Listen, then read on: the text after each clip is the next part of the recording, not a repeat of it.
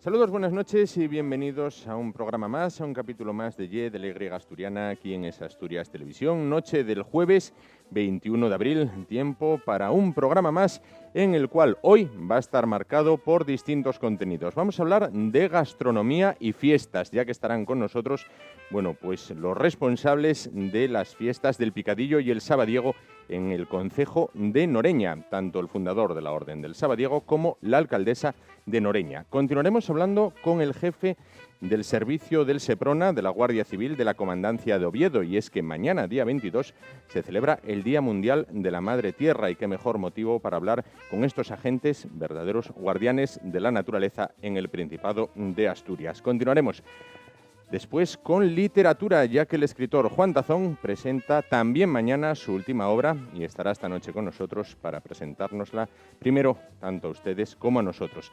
Y finalizaremos de nuevo hablando de naturaleza de la mano de Luis Laria del CEPESMA. Sin bien, naturaleza que tendrá que ver con la leyenda local existente en muchas partes de la costa occidental asturiana. Una leyenda que habla de la llegada y la presencia de submarinos alemanes durante la Segunda Guerra Mundial en zonas como la Concha de Artedo. Vamos a ver qué hay de leyenda y qué hay de realidad. La realidad también nos habla de los jóvenes emprendedores asturianos. Jóvenes emprendedores asturianos que han decidido tomar el camino de la elaboración por cuenta propia de cerveza artesana, como es la cerveza Nurse, que durante todos estos días, pues estamos en esa campaña de colaboración con ellos. La cerveza Nurse es una cerveza artesana asturiana de la cual existen 4 tipos que paso rápidamente a explicarles. Por una parte, tenemos la Ibuprofeno, se trata de una Indian Pale Ale de sabor afrutado y floral. La Vetusta, una cerveza tostada con toques de regadiz. La Palecilina, una cerveza Pale Ale de lúpulos americanos. Y la última, la Nurse 1984, que es una Imperial Stout. Todas ellas riquísimas, ya que, como saben, algunos de los colaboradores del programa ya han podido probarla. ¿Cómo pueden conseguirla ustedes? Pues a través del Facebook, Cerveza Nurse, o a través de un correo electrónico, contacto@cervezanurse.com. Si al comprarla, ya sea en pack de 4 botellas más vaso más abridor, como lo que tengo encima de esta mesa auxiliar, o en otras cantidades, quieren beneficiarse de un descuento, solamente tienen que introducir en el pedido la palabra clave de esta semana. La palabra clave de esta semana es sol, que hoy por fin ha aparecido con nosotros, ha dado paso a la lluvia, si bien está ahí en un toma y daca con la misma. Recuerden, palabra clave, sol, a la hora de adquirir la cerveza Nurse para lograr un bonito descuento. Por otra parte también, es de nuevo tiempo para la solidaridad con el juego del limón o el Ye Limón Game.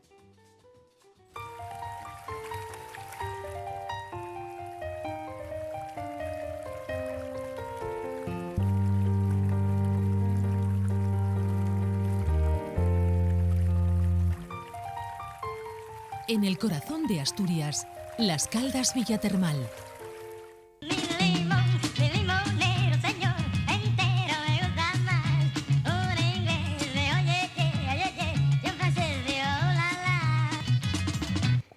Pues continuamos un día más con el juego solidario del limón. Ya lo saben, se trata de recaudar fondos para el sostenimiento y mejora, sobre todo mejora, de un asilo de ancianos en India, ya que actualmente esos refugiados tibetanos viven allí en unas condiciones deplorables. Pues la ayuda internacional está haciendo que esa veintena de ancianos que ya no tienen familiares que les atiendan puedan vivir en unas condiciones un poquito mejores. Y vaya desde aquí un muy pequeño granito de arena, pero que puede ayudar a ese fin último. Vamos a hacer la prueba una vez más. Vamos a hacer esa demostración en la cual se trata de colocar una moneda tipo esta encima de este limón que flota sobre el agua. Como ven, flota, es insumergible, no hay quien lo hunda. Vamos a ver si logro aterrizar la moneda. Si lo logro, para Las Caldas Villatermal. Si no lo logro, pues la moneda se irá al fondo y contribuirá a un fin solidario. Una semana más, un día más y un programa más. Hasta ahora tan solo una persona lo ha conseguido y ha sido muy afortunada, ya que ya puede disfrutar de esa estancia en Las Caldas Villatermal. Cabecera y comenzamos el programa de hoy.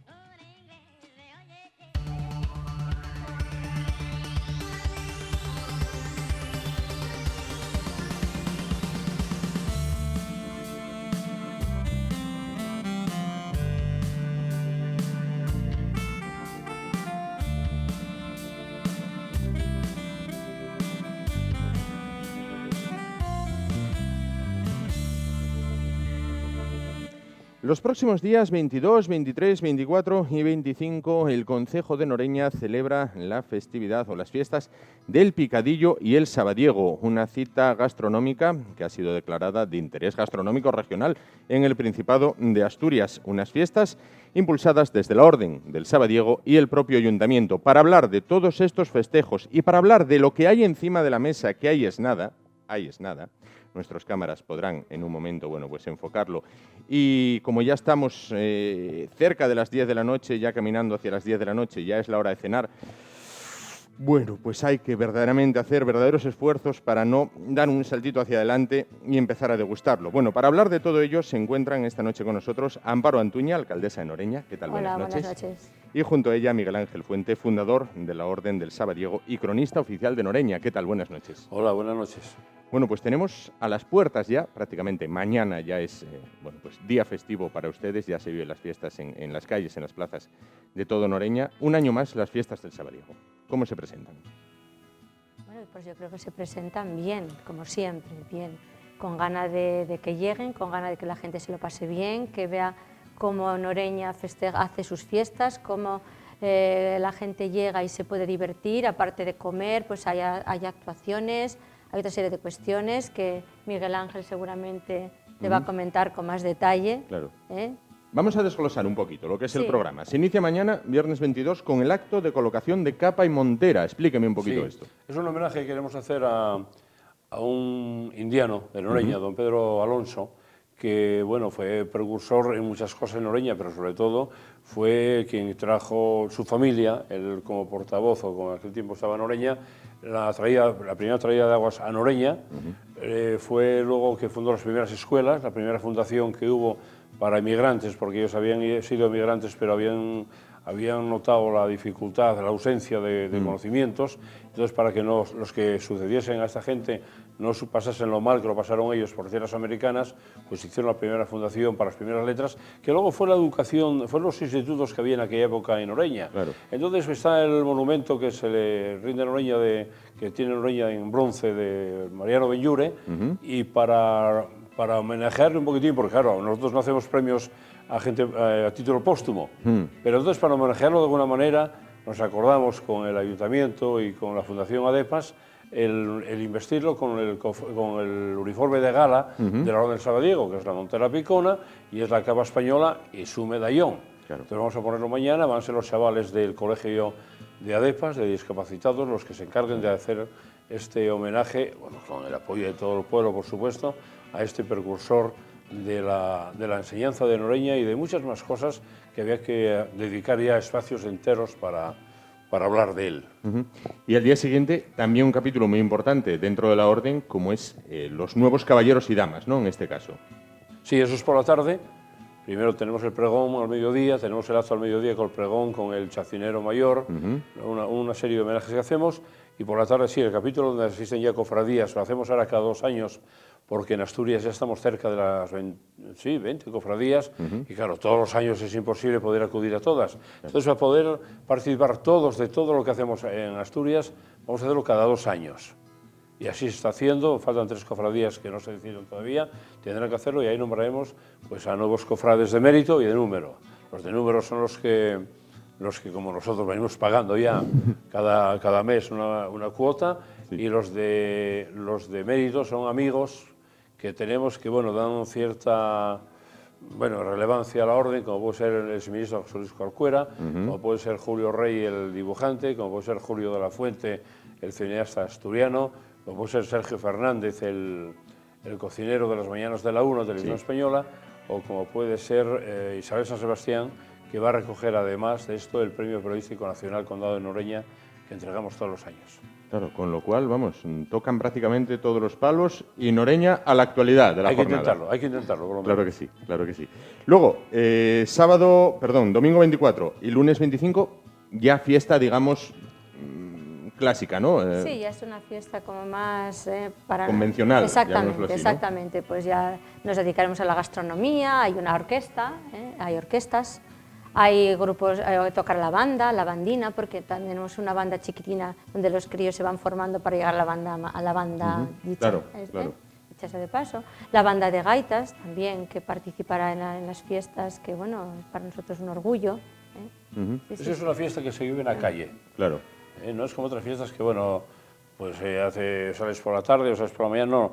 La fiesta del picadillo se sale desde que sales hasta que entras por la noche de casa, se disfruta en la calle, con las siderías, con el picadillo, con los amigos, con la sidra. El domingo, tengo entendido, actúa también la banda de gaitas del Regimiento Príncipe.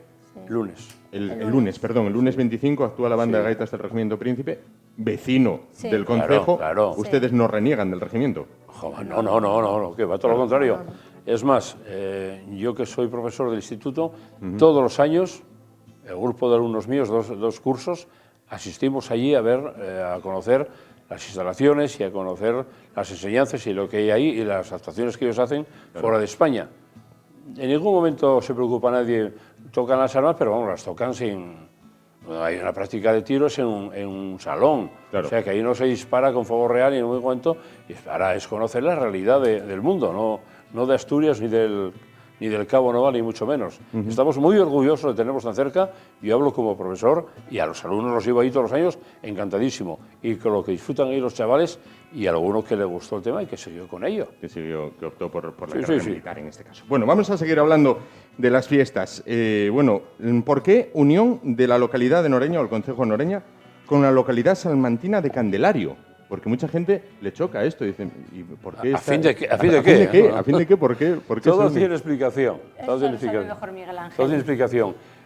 Cuando empezamos en el año 89-90 a visitar Burgo de Osma, donde están representados los 12 pueblos mejores de España de la industria chacinera, estaba Noreña, y estaba Guijuelo, y estaba Ledrada, y estaba Candelario, y Vic, y Olvega, y todos estos, estaba Candelario. Entonces, investigando un poquitín la historia de los pueblos, vemos que Candelario estuvo fundado por pastores asturianos en tiempos de la Reconquista. Bueno, ya hablamos eso, automáticamente teléfono y hablar con la alcaldesa, doña Carmen Esteban Fonseca, que es muy amiga nuestra, lo dejó ya hace tiempo, pero ahí está todavía para contar esta historia.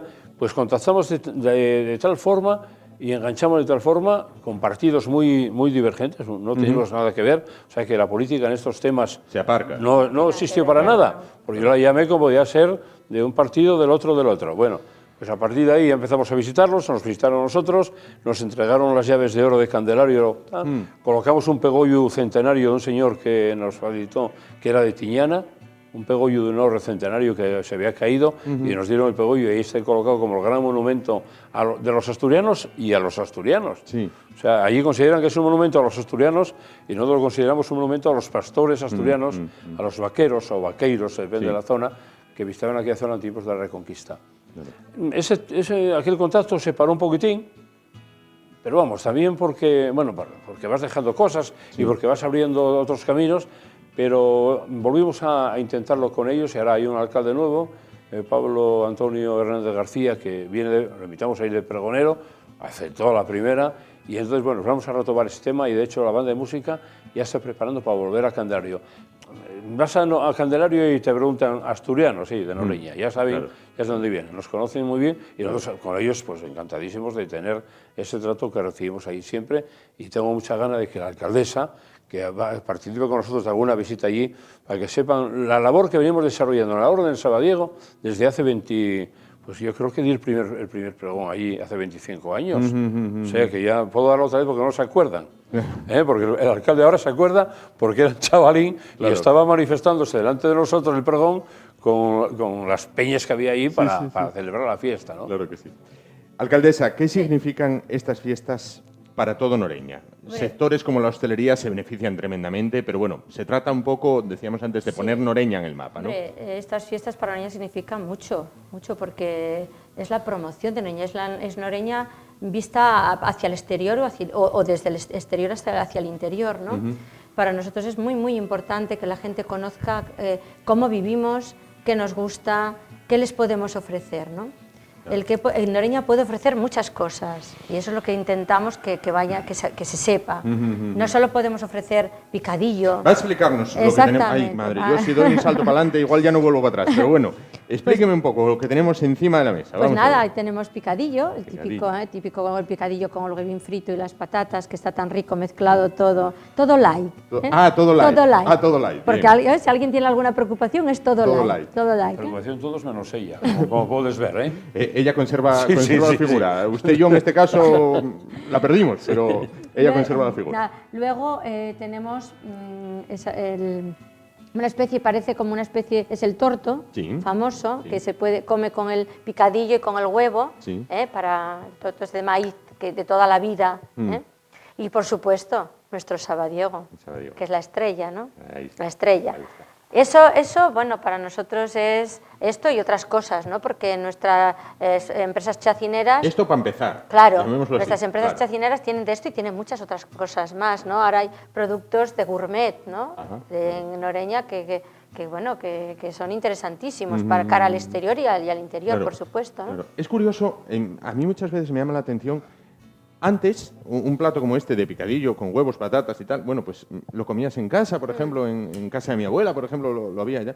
Pero es que ahora en muchos restaurantes ha pasado a ser plato de lujo prácticamente. O sea, es como recuperar lo anterior. Yo creo que estamos volviendo a las tradiciones, a Sí. lo que es lo bueno, ¿no? A la cocina auténtica, a la cocina tradicional, a la cocina que es comida, ¿no? Sí. Que es comida Sí, y que tú te sientas delante de un plato y ves la comida que te identifica, Sí. ¿no? Que te identifica. Y que disfrutas, bueno, pues, Exactamente. pues, comiéndolo, bueno, de una manera. ¿Y esto con qué se puede regar para que sea Bueno, bien, para con que sidra, pase bien? se Con puede regar sidra, ¿no? con sidra, se puede regar con vino. Yo lo riego con agua, Con agua. que no queda muy bien, ya me dicen los amigos, no queda fatal. Oye, lo que se cuida. Queda fatal, pero bueno, con una buena sidra, un buen vino, pues estupendamente, ¿no? Fantástico. Estupendamente. Es muy agradecido, Sí, ¿no? Sí. Claro, claro. Sí, sí, con sí, todo. Esto, oye, porque un día te saltes la dieta o No, tal. es light, es light, es Vale, light. venga, pues entonces nos quedamos con el concepto light de este tema. Y lo que hablamos, ¿no? Bueno, pues poner Noreña en el mapa. Bueno, Es lo pues que queremos. Siempre es. Sobre todo eso, y bueno, aparte de que nos conozcan por nuestra gastronomía, que es muy, muy importante para nosotros, que nos conozcan también Bueno, porque... durante estos días son capital gastronómica Sí, de Asturias. o por sea. supuesto, pero también que nos conozcan porque podemos ofrecer muchas cosas más aparte de la gastronomía. Hablaremos Ah, posteriormente vale, muy de bien. lo que es Noreña, además de la Sí, festividad del picadillo, ¿no? Pero lo que sí quería, Miguel Ángel, que me explicara un poquito, bueno, aquella máquina que tenemos allí, la torre, la estatua, bueno, el gochín es el gochín, no hay más. Pues sí, hacemos uno todos los años, en el Sabadiego hacemos uno todos los años, que es el que entregamos a los invitados y a los premiados, entregamos un gocho distinto y ya nos está costando trabajo buscar un modelo. Sí. Ese es el del año pasado porque el de este año no lo terminaron todavía, es curiosísimo porque le falta un lacón. Lo hicimos así con esa condición ya, y entonces, oye, que está cojo, oye, están todos, no, están cojos todos, porque le falta un lacón a todos. Claro. Lo hizo así el artista. Es la máquina de Rabil, que se empleaba siempre en la casa. Luego, a partir de esta salió como la picadora que había, y a partir de aquí salió la picadora ya industrial, Claro. porque se le aplicó un motor, Ujú. y entonces en vez de estar dando al manivel, pero con la misma máquina iba saliendo el picadillo, ellos alimentándolo con mucho cuidado, no meter la mano, no vaya a coger Claro. la hélice que hay dentro, y así salió la primera picadora. Luego es la torre del reloj, que en el orden del Sabadiego elegimos como símbolo cuando empezamos en el año 88. Estaba abandonada aquella, estaba como se ve aquí llena de hiedra, había cosas que no se veían por ahí, de ventanas y tal, y entonces bueno, lo recuperamos por eso. Y a partir de ahí yo creo que nos hicieron caso la alcaldía de aquel tiempo, porque la restauraron y quedó una torre preciosísima, ahora se emplea como oficina de turismo. Y luego el otro es un símbolo del Caballero del Sabadiego que nos hizo José Luis Fernández, el obetense José Luis, que es el escultor que hace los los Goya, todos los años. Sí, sí, sí, sí. Y nos hace también muchas cosas, nos hizo otros cerdos, pero bueno, ese es un diseño, a base de quien conozca la obra de José Luis, es muy peculiar porque hace las figuras muy estilizadas. Aquí hay donde el Campoamor, hay una figura ahí donde estaba el Carballón, donde está el Carballón segundo, ¿no? El original, con figuras muy estilizadas del estilo de José Luis. Y el símbolo que tenemos en el Sabadiego también va a entregar para los amigos. Para los compromisos. Concejala fue con la que hablamos, alcaldesa. Decíamos, es el concejo más pequeño de Asturias, pero con una actividad tremenda. Sí, sí, y eso queremos, y queremos aún más, ¿no? Hombre, nosotros traemos exposiciones, hay tanto de pintura como de fotografías, hay charlas, hay incluso fines de semana promocionados por la hostelería en este caso, pues hay jornadas también, con la colaboración del Ayuntamiento también, por supuesto. Pero bueno, yo creo que en Noreña colabora siempre, todos los ciudadanos de Noreña colaboramos en que haya ese ambiente, ¿no? Ese ambiente de cultura artística, literaria, gastronómica. Yo creo que es una mezcla de todo lo que tenemos que sacar adelante. Yo creo que Noreña lo oferta y yo invito a todo el mundo a que vaya a Noreña, que nos conozca y que lo vea. Y que vaya en cualquier época del año, pero en esta en especial porque hay un motivo. Por supuesto. Proporcionalmente, Noreña tiene más actividades culturales de lo más alto de Asturias, sin duda alguna. Proporcionalmente, somos 5.200 vecinos, proporcionalmente hay más actividades culturales que en ninguna otra parte. En música, en cultura, en filatelia, de todo. Gastronómicas, las hay musicales. Y al margen de lo que es bueno, pues el panorama cultural, ¿cuál es el día a día de Noreña? Bueno, la crisis se dejó notar a todos, a grandes y a pequeños, pero bueno, ¿cómo es el día a día de Noreña y de los noreñenses? El día a día de Noreña es de los trabajadores que tenemos que trabajar. Ahí está. Y que para sacar, en este caso, la Villa Condal adelante, con mucho orgullo. Y ese es el día a día, el trabajo, el escuchar a los vecinos, que los vecinos sepan que se les escucha, que los vecinos sepan que tienen esa puerta abierta para lo que necesiten y que no se les va a engañar. No se les va a engañar, es decir, se puede ayudar, se ayuda. Y si no se puede ayudar porque no tengamos una competencia medios, directa, pues se dice, en este caso no te podemos ayudar, pero te podemos decir dónde te pueden ayudar. Claro. Yo creo que eso es lo más importante, ¿no? El escuchar y el ayudar.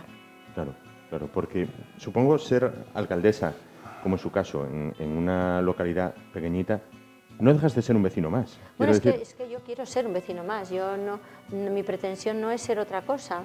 Yo nací en Noreña, me crié en Noreña, mi madre, como diría ella, toda la vida de Noreña. Entonces yo en Noreña soy, pues en Noreña me llaman los vecinos que me conocen toda la vida como me llamaban en mi casa, por lo tanto yo soy una más, me llaman Amparín, por lo tanto, yo es que no quiero ser una más.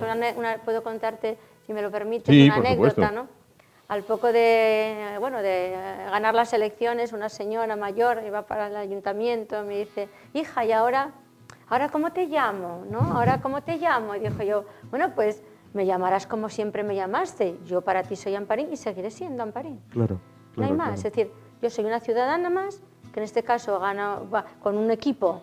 Que si no hay un equipo, no hay nada. No hay nada, por supuesto. Yo tengo un equipo al que le doy las gracias y le doy las gracias infinito, primero porque confiaron en mí, porque yo nunca había estado en este camino político. En el tema político. Exactamente. Entonces, primero por confiar en mí, segundo porque yo confío en ellos, pero también confío en los ciudadanos de Noreña, porque yo tengo que agradecer también a la ciudadanía de Noreña el apoyo que yo me siento apoyada, evidentemente, unas veces puedes hacerlo, para unos estará mejor, para otros estará peor, pero bueno, yo lo que quiero, o saben, o quiero que sepan, quiero dejar claro que en ningún momento se hacen las cosas para dañar a nadie, sino por el bien de la mayoría. Lo único que, puede gustar más o puede gustar menos. Nunca llueve a gusto de todos, Exactamente. sin duda. Por otra parte, para los dos, ¿qué ha supuesto la industria chacinera para Noreña? Supongo que es una de las principales actividades, el leitmotiv, el todo, ¿no? Su existencia. Claro. La existencia de Noreña está basada...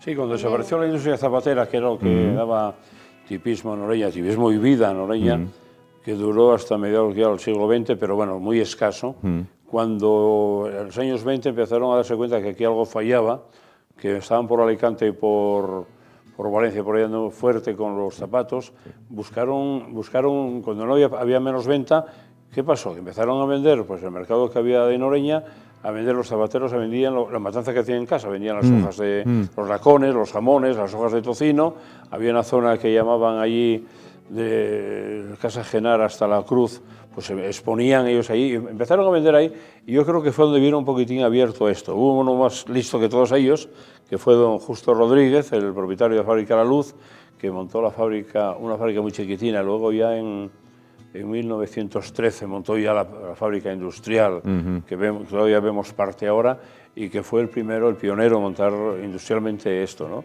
Tras haber fracasado con los zapatos, este hombre quiso hacer una fábrica de zapatos cuando hasta entonces eran fábricas en las casas. O sea, eran lo que ahora llamaríamos un emprendedor. Sin duda alguna. Obviamente. Y es más, y no era emprendedor, fue alcalde también durante 25 años en varios momentos, pero a su vez fue un hombre que ayudó a los demás. Yo conozco fabricantes ahora mismo, el Chilu me lo dijo hace poco, y dice, es que nos ayudó, y le ayudó a mi padre a montar la fábrica. O sea, que él era emprendedor, pero a su vez ayudaba por el bien de Noreña, colaboraba con los demás quisieron seguir su camino, y creo que fueron muchos, ¿no? Y ahí están todavía algunos funcionando. Algunos se nos escaparon porque, bueno, ya sabes, razones familiares o tal. Las épocas vinieron muy difíciles en algunas ocasiones, pero ahí siguen funcionando muchas y muy antiguas. Pues estamos casi llegando al final. Solo me queda que los dos inviten a toda la gente que nos está viendo a lo largo y ancho de Asturias a que visiten Noreña. Hombre, cualquier momento del año es bueno, pero con este reclamo que tenemos encima de la mesa, yo creo que la visita que es prácticamente obligatoria. Con lo cual, adelante, inviten los dos a la gente a que vaya a Noreña, disfrute de Noreña, disfrute de la compañía de los noreñenses y disfrute de esto, que vamos, esto ya... Pues esa invitación es extensible también a ti. Ah, gracias. Gracias. A mí bueno. me tienen a dieta en casa, bueno, pero es light. pero Pero fuera no. Pero bueno, Pero fuera no. Slide. fuera no. Claro. Efectivamente, Claro. efectivamente. Mira, Claro, qué estamos buena todos. disculpa me ha dado. Por una parte la alcaldesa, digo, tengo palabra de la alcaldesa, que era light, y por otra parte digo, a dieta en casa, pero fuera no. Efectivamente. No, pues bueno, ya hablando más Más en serio. justo. Pues bueno, a mí me gustaría que, bueno, que nos vayan a visitar. Las puertas están abiertas, no hay puertas en Oreña, no se cierran las puertas a nadie. La hostelería les va a atender con los brazos abiertos. Nosotros sería un placer, y cuanta más gente vaya, mejor. Para nosotros, ¿verdad? Vamos a demostrar una vez más que Noreña es hospitalaria al 100%. Nos han ido ofreciendo estos menús. Yo lo de la alcaldesa no lo corroboro, lo del AI, del todo. Digo apetecible. Y bueno, comiendo un poquitín tampoco. Y el AI, no, comiendo, claro. Estoy para repartir aquí entre el cámara y tú y no sé qué más, el organizador y todo eso. Entre el cámara y yo, los demás tampoco tienen nada que quitar. Tampoco pasa nada. Tampoco pasa nada. Pero vamos a demostrar una vez más que Noreña es la hospitalaria, aparte de gastronómica y chatinera, como rezaba el eslogan hace muchos años, es un pueblo hospitalario, donde tú llegas ahí, preguntas en cualquier lado, te atienden, te enseñan, uno deja de comer picadillo para ir a enseñarte dónde está el bar que tienen reservado, que no saben dónde está, o los amigos que... Vamos a demostrarlo una vez más. Pues perfecto, hay que marcar estas fechas, en el calendario en rojo y pasarse por Noreña y disfrutar de la compañía de los noreñenses y de todo aquello que nos ofrecen. Antes de irse, bueno, les invito a participar, ustedes me invitan a ir a Noreña, yo les invito a que obtengan una estancia en Las Caldas Villa Termal, que es una experiencia fabulosa, para después de un buen para pasar allí una jornada, bueno, pues de relax, bárbaro queda aquello. Es jugando al juego del limón, al J-Limón Game. Se trata de aterrizar la moneda encima del limón. ¿Qué se queda? Para Las Caldas. ¿Qué se va al fondo? Bueno, pues para un asilo de ancianos en India. Adelante la alcaldesa primero. Allá va. Al fondo. Una buena obra. Una buena obra, sin duda. Vamos a ver. Una pregunta. Sí. Esto patrocina televisión, ¿no? Sí. Es Asturias Televisión. Es Asturias Televisión. Es que ya sabes, hay que tener cuidado con el agua, con las caldas y con más cosas. Tengo pánico. Hay que ser más explícito, ¿no? No hay que ser más explícito. Al fondo también. No, se fue de frente, ¿eh? Buena. Yo vi con más mano, vi con más mano a la alcaldesa. Efectivamente. Vi con más mano a la alcaldesa. Fue más rápida eso. Hay que señalar que la única persona que lo consiguió hasta ahora fue una mujer. Yo no sé si es que tendrán más mano para esto, que tendrán más... Para eso y para muchas cosas, sí. Para eso.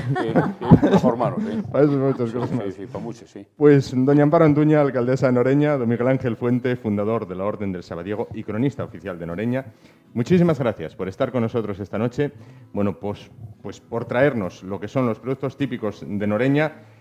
por dejarnos, vamos, la invitación encima de la mesa y mostrarnos cómo son Noreña los noreñenses y por participar en el Juego Solidario. Muchísimas gracias y toda la suerte del mundo para las fiestas que se inician ya mañana. Bueno, pues gracias a ti por invitarnos. A usted. Y nosotros nos vamos ahora a publicidad y después vamos a hablar de naturaleza con los guardianes del paraíso natural. Vamos a hablar con la Guardia Civil en lo que tiene que ver con el Seprona. En un momento volvemos. Hasta ahora.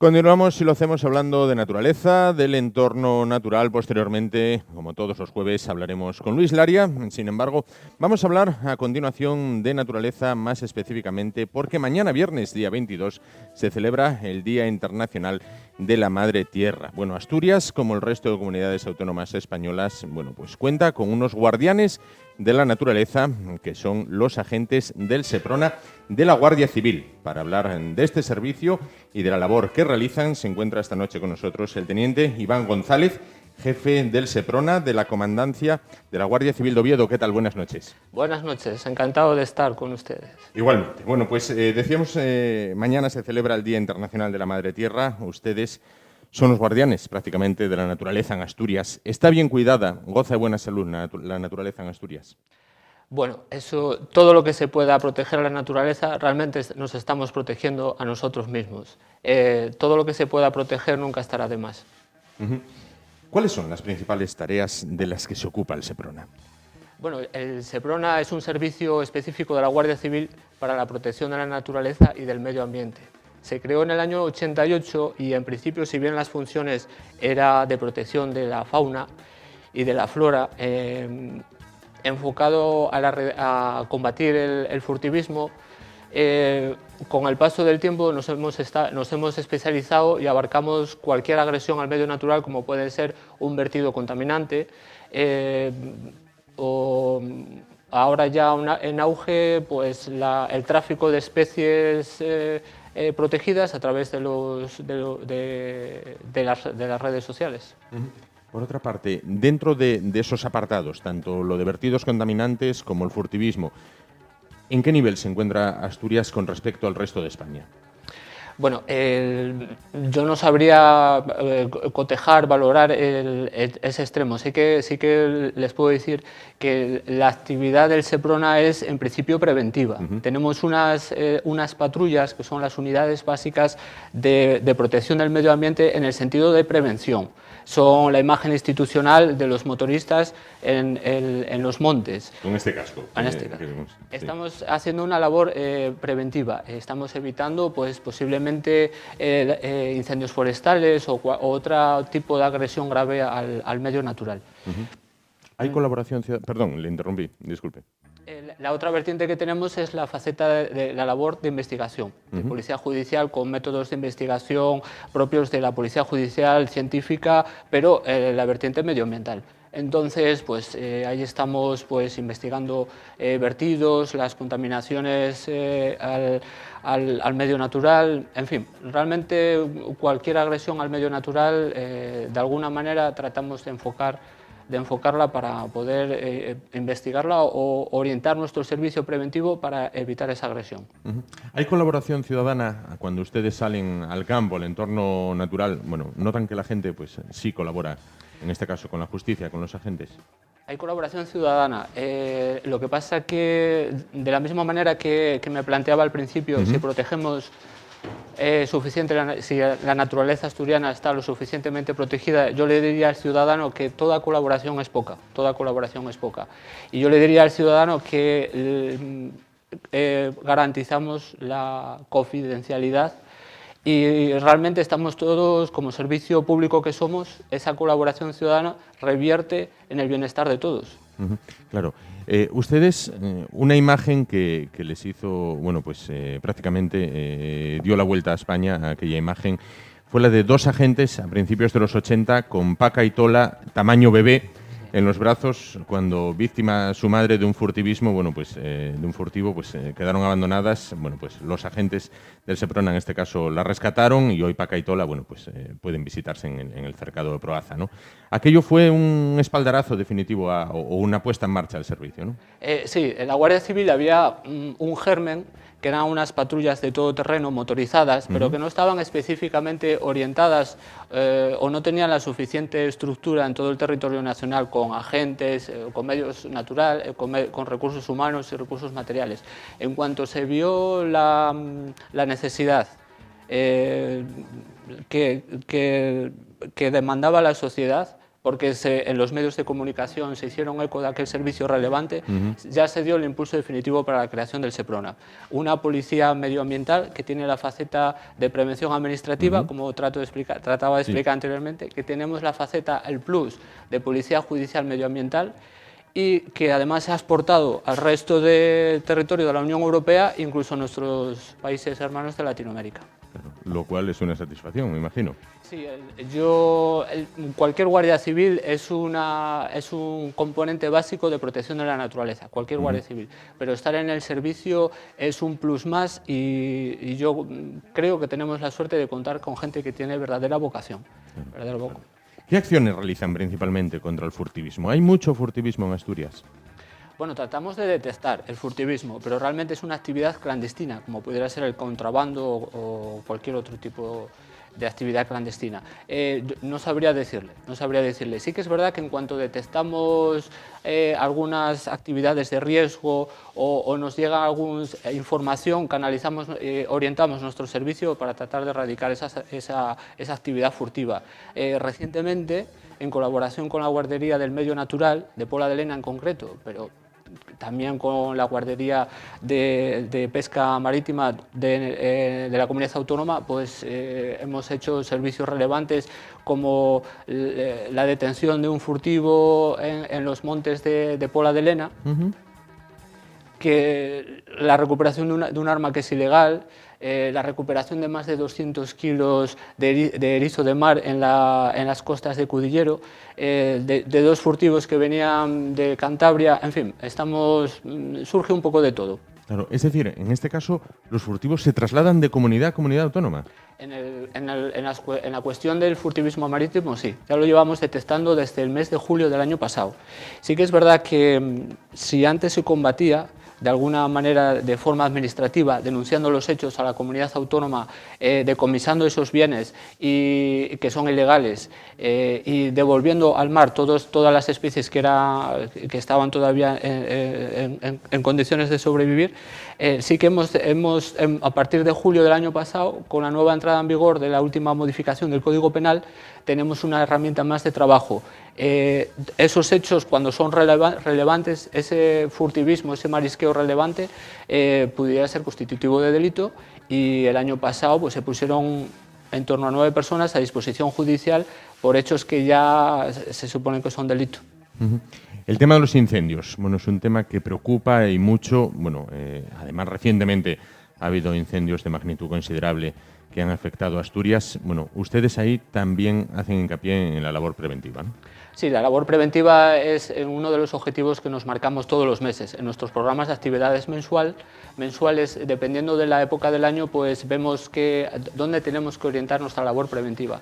Luego está la labor de coordinación con los medios que dispone la comunidad autónoma, como son las brigadas de investigación de incendios forestales, las BRIPAs, o la Guardería del Medio Natural o la Guardería de Montes. Es una labor preventiva que, si en un momento dado surge la investigación de un incendio forestal, tenemos una información recogida que analizamos y empezamos las investigaciones. Esa maleta que tiene a su lado es material en la lucha contra los incendios, en la investigación de incendios, entonces. Sí, realmente la investigación de incendios, aunque parezca que son herramientas muy tradicionales, requiere de un método. Los especialistas del Seprona, que cuando se ponen a investigar un incendio forestal, realmente además son especialistas en incendios forestales. Ajá, Tienen como un subgrupo dentro de... Tienen del una propio formación sector, ¿no? específica, como pudiera ser las brigadas de investigación de la comunidad autónoma. Sí. Y realmente, pues bueno, estos son aparatos que nos determinan para la velocidad del aire, la altitud del terreno, la pendiente, una serie de parámetros físicos. Pero bueno, esta es la base de la investigación. La investigación de incendios forestales es laboriosa, lleva tiempo, es muy necesaria la colaboración ciudadana y nosotros, la Guardia Civil, tiene además una extraordinaria capacidad operativa, en el sentido de que no solamente el SEPRONA estará investigando, sino que tendrá el apoyo de la Policía Judicial de la Guardia Civil, del Servicio de Helicópteros de la Guardia Civil, que te ayudará a sobrevolar la zona, a tomar fotos aéreas, en fin, del Laboratorio de Criminalística, que realmente el incendio forestal es como el escenario de un crimen. Ajá. Nosotros utilizamos técnicas de investigación metódicas propias de Policía Judicial. Claro. ¿Somos conscientes de lo que se pierde en Asturias cada vez que hay un incendio de la magnitud de los que acaecieron hace meses? Yo creo que no, porque un incendio pudiera ser una práctica, ya a ver si lo puedo explicar bien, sin tratar de victimizar ningún sector. Sí. Puede ser una práctica agrícola, ganadera, que históricamente, tradicionalmente se ha dado en el territorio nacional, pero sí que es verdad que frente a la quema controlada, supervisada por la Consejería, en los días propicios, con los medios propicios, teniendo esa herramienta, no podemos utilizar el fuego para obtener unos pastos o una limpieza de matorral, porque no solamente estamos atentando a la flora, sino a la fauna, la erosión futura con las lluvias, la recuperación del terreno, es un problema complejo. Claro. Volvemos, voy a incidir sobre lo que tenemos sobre la mesa, sobre esos cepos. ¿Eso es material que ustedes incautan a los furtivos? Bueno, es material que vamos detectando cada vez menos. Eran prácticas tradicionales de furtivismo en la cornisa cantábrica. Son los típicos cepos de diferentes medidas para diferentes tipos de animales. En principio alimañas, ¿no? Pues, no sé, a lo mejor una garduña que iba al gallinero o un lobo, no lo sé. Pero sí que es verdad que ahora ya cada vez encontramos menos medios ilegales, sigue siendo delito. Y ahora estamos orientando la investigación a las redes sociales. En las redes sociales sí que vemos intercambio de este tipo de artes ilegales, o en las redes sociales, en determinados portales, webs, Facebook, pues a veces tomamos el hilo de una investigación y surge un furtivismo local en alguna determinada área. Claro. ¿Es a veces difícil hacerle entender a la gente que vive en el campo que hay que proteger especies como el lobo? Bueno, yo creo que no. Realmente la gente del campo entiende que la labor de la protección de la naturaleza es fundamental. Si protegemos la naturaleza, nos estamos protegiendo a nosotros mismos. La ganadería, la agricultura, el vecino del pueblo, pues es la esencia de Asturias, yo creo. Estamos en el mismo barco. Claro. Por otra parte, ¿hay campañas específicas puestas en marcha este año sobre alguna especie determinada, sobre alguna acción determinada? Bueno, nosotros todos los meses programamos una serie de actividades. De todas maneras, dependiendo de lo que queremos conseguir o tratando de optimizar los recursos a lo que nos demanda la sociedad. Sí que es verdad que, por ejemplo, ahora previamente a la época del verano habrá más presencia policial en los montes para evitar incendios forestales. En meses anteriores, enero, febrero, marzo, hemos reforzado más la vigilancia de la costa porque había mareas propicias para la pesca furtiva. Claro. En fin, dependiendo de la época del año, tenemos nuestras campañas, que suelen estar coordinadas con personal de la comunidad autónoma. Nos apoyamos recíprocamente, y colaboración plena, que es como tiene que ser, y en fin, por otro lado, cualquier otra cosa que demande el ciudadano, si nos lo hace llegar a través de llamada de teléfono al 062, que es el teléfono de la Guardia Civil, a través de la página web de la Guardia Civil, o a través de denuncia escrita, pues por supuesto que enfocaremos nuestro servicio a lo que demande el ciudadano. El lema, el eslogan de Asturias es desde hace muchos años Asturias paraíso natural. Ahora con la llegada del buen tiempo, bueno, incidir un poco en lo que nos comentaba usted, ¿no? Bueno, pues habrá más presencia de personas en el entorno natural. Bueno, ¿qué recomendación se les puede hacer a priori, antes de que ya la primavera por fin nos quite de delante este frío que parece que no nos va a abandonar y de cara al verano, bueno, para disfrutar del entorno natural, pero sin dañarlo y sin dejar una huella que luego sea imborrable? Yo creo que responsabilidad. El medio natural es vital, pero nuestra Constitución lo recogió en el artículo 45, que todos tenemos el derecho de disfrutar de un medio ambiente adecuado y el deber de protegerlo. Entonces, responsabilidad. Vamos a disfrutar con nuestras familias, con nuestros amigos en el medio natural y vamos a ser respetuosos. Porque no solamente en ese medio vive la flora y la fauna, tenemos que pensar también en todos la gente que vive en los pueblos, en el ganadero, en el agricultor. ¿Cuántos son ustedes en Asturias? Nosotros estamos desplegados en dos comandancias. Comandancia de Oviedo, que lleva la parte occidental, y la comandancia de Gijón, que lleva la parte oriental, digamos de alguna manera. Estamos desplegados en torno a 30 agentes para cada zona, en total 60. 60. Velando por la seguridad de la naturaleza, en este caso. Por la seguridad de la naturaleza y por la atención al ciudadano en su conjunto. Pues enhorabuena por ese servicio que realizan y muchísimas gracias, bueno, por acercarnos lo que es la labor que realiza el Seprona. Antes de despedirnos, voy a invitarle a participar en este juego solidario que yo explicaba al principio del programa. Nada, muy sencillo. Se trata de aterrizar una moneda sobre este limón. Que se queda ahí, gana una estancia en las Caldas Villa Termal. Que se va al fondo, bueno, pues es un dinero que al final de la temporada es un pequeño, muy pequeño granito de arena que destinaremos al sostenimiento y mejora de un asilo de ancianos en India.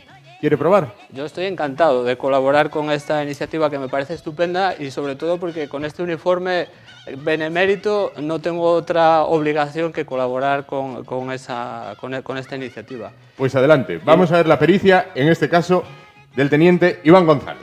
Bueno, yo aprovecho para decir que como soy del Seprona y ando con motos, no desarticulo artefactos explosivos, sí. Con lo cual tampoco seguramente vaya a conseguir... Hay que tener pericia para andar en moto también, ¿eh?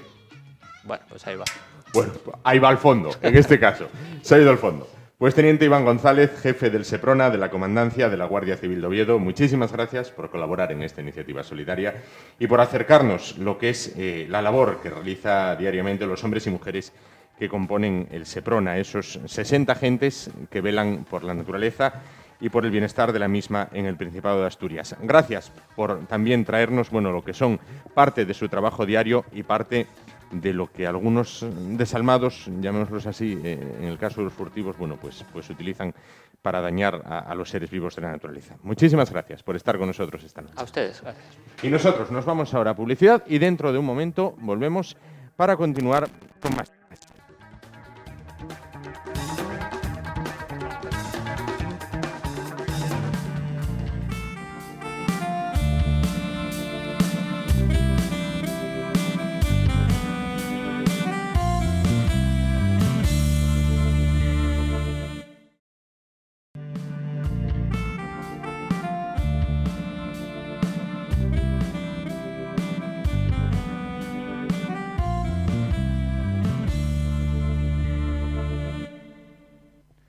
Bueno, pues continuamos en esta noche del 21 de abril y lo hacemos hablando de literatura en ciernes, de un libro que está a punto de presentarse, tan a punto que es mañana. Vamos a hablar con su autor, Juan Tazón, profesor de la Universidad de Oviedo y escritor. ¿Qué tal? Buenas noches. Buenas noches. Hablando de lo que es, por el momento, su última obra publicada, que es 7 maneras de morir. Ese es el título. Efectivamente. ¿Por qué 7 maneras de morir?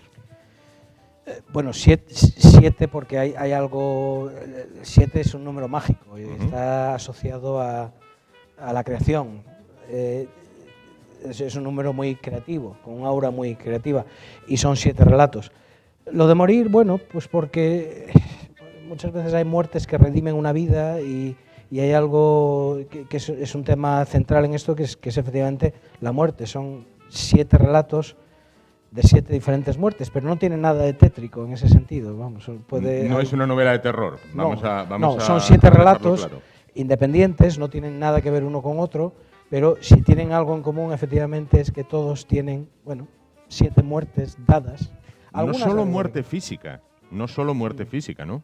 No, porque hay, por ejemplo, en el último, que es un relato de campus, en una universidad, se titula Un pequeño incidente del campus, que es un relato cómico, como corresponde, pero es una muerte figurativa, es una muerte académica, ¿no? Después de haber cometido un muy serio error. Claro. No vamos a hacer spoiler, como dicen ahora, no vamos a decir ahora, como dicen los chavales, spoiler. Bueno, no obstante, lo que sí que podemos adelantar es que es también un paseo por el tiempo. Es decir, comienza en la prehistoria y acaba en nuestros días, digamos. Sí, el primer relato está centrado en la época del Paleolítico, en la época de las cuevas, de las pinturas rupestres, y luego acaba con el último, el séptimo, que es el relato de campus al que he aludido ahora, ¿no? O sea que es un paseo por el tiempo, efectivamente. Claro. Al hacer una obra en la cual, bueno, pues son 7 pequeños relatos en los que se hace un paseo por el tiempo, como usted bien decía, que van desde la prehistoria hasta nuestros días, bueno, usted hasta ahora ha escrito mucho sobre el siglo de oro español en esa época, bueno, ambientado en esa época, pero ¿en cuál se siente más cómodo y cuál es más difícil? No sé si la parte del Paleolítico quizás puede ser la más difícil de novelar, llamemos así. Es difícil porque, claro, uno tiene que hacer el ejercicio como autor de ponerse en situación. Entonces, exige mucho a la hora de escribir situarte en ese plano. Pero precisamente porque la exigencia es muy grande, luego, bueno, se siente uno muy bien, ¿no? Cuando ha conseguido algo que tiene una coherencia y que es una historia que tiene un principio y un final y un desarrollo. Por sentirme cómodo, me siento más cómodo naturalmente en la época del 16, del 17, que es la época que más he investigado, claro. Y porque la siento mucho más cercana a mí por lo que sé de ella, ¿no? Claro. Pero hay muchas otras épocas en la historia que a mí y el Paleolítico es una de ellas, la época de las pinturas rupestres, a mí siempre me ha fascinado, ¿no? Y quería recrearla, deliberadamente quise escribir ahí porque para mí era un gran reto, pero es que me parecía una época maravillosa, yo creo que hay mucho que contar ahí. Por una sencilla razón, yo siempre he pensado que si nosotros pudiéramos coger a uno de aquellos hombres, vamos a poner por caso, y pudiéramos vestirle de Armani hoy, no lo distinguiríamos andando por la calle. Y es que creo que en ese sentido son absolutamente nuestros hermanos. No hemos evolucionado. Hemos evolucionado en el exterior, en las herramientas que utilizamos, etcétera, pero no en una serie de reacciones básicas frente a la vida, ¿no? Yo creo que en ese sentido no estamos para nada más evolucionados que ellos. Yo creo que estamos muy cercanos a ellos. Claro. O por lo menos yo lo veo así, yo lo siento así. En otro de los relatos que he tenido oportunidad de leer, el que se titula El blues de Rocroi, en este caso, bueno, es la época que usted más ha tratado en sus obras, bueno, quizás anterior también a esa época de Rocroi.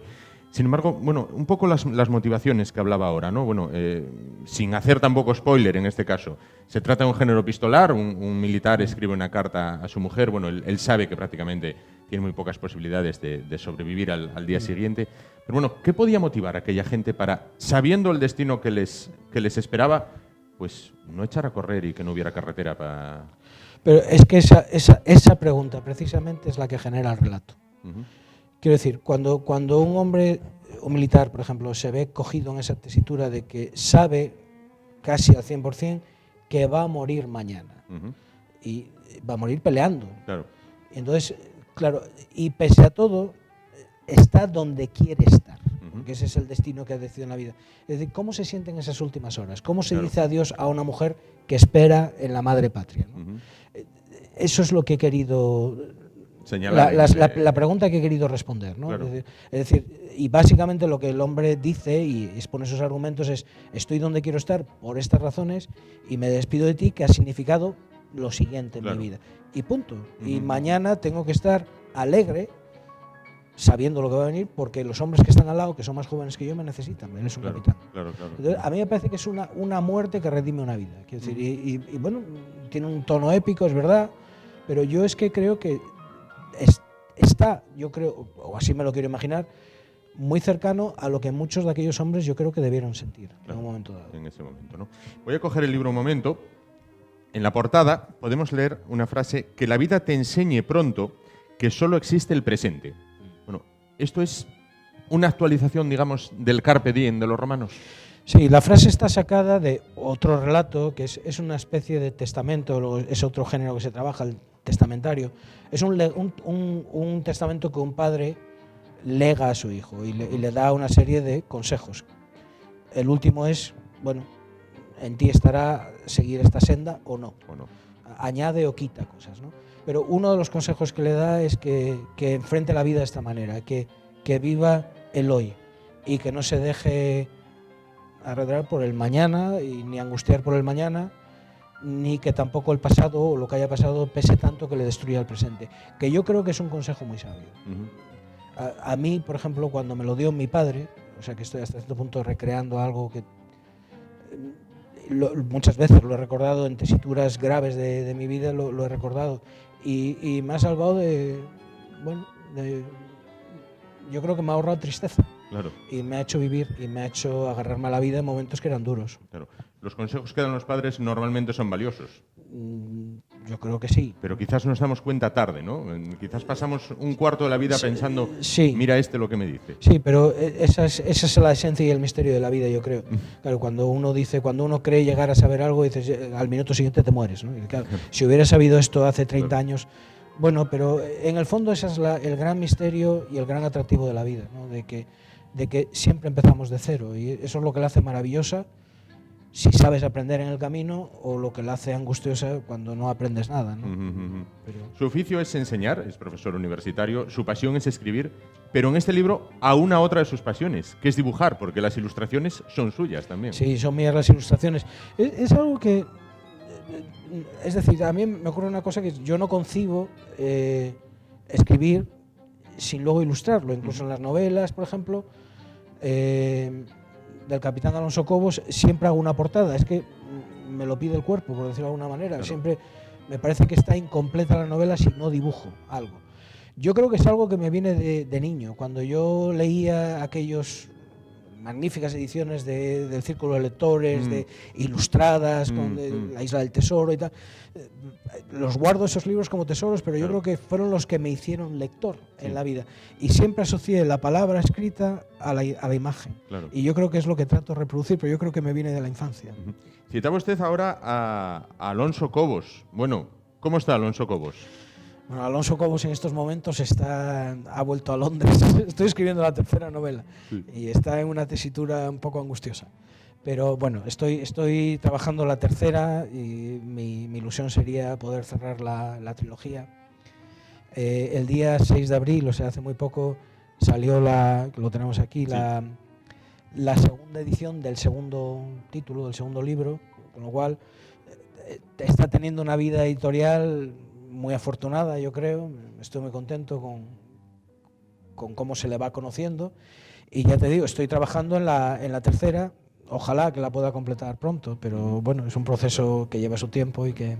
Para aquellos que no lo sepan, bueno, pues Alonso Cobos es el protagonista de una trilogía de la cual ya hay 2 títulos, como bien decía su autor, o el padre de Alonso Cobos en este caso.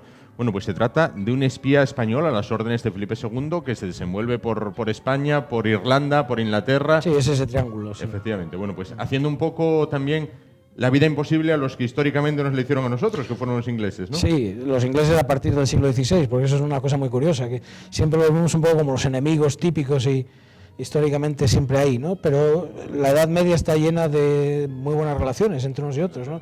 Hubo muchas reinas españolas, ¿no? Claro. y reinas inglesas en España a la vez, efectivamente. ¿No? Cuando un autor, por ejemplo, en su caso, ¿no? Bueno, pues se decide hacer una trilogía con un protagonista como es Alonso Cobos. Bueno, yo me imagino, nunca he tenido la suerte ni la destreza de poder escribir, bueno, ni quizás los conocimientos, ni para nada.